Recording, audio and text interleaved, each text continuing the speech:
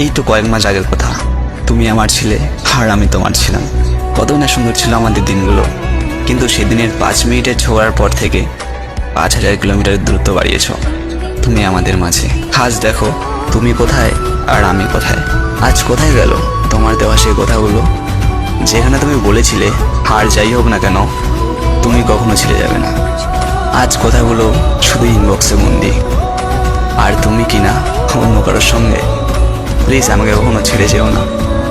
উত্তরে আমি বলতাম, আমি তো ছেড়ে যাব না, তবে একটা সময় আসবে তুমি নিজে থেকেই আমাকে ছেড়ে যাবে।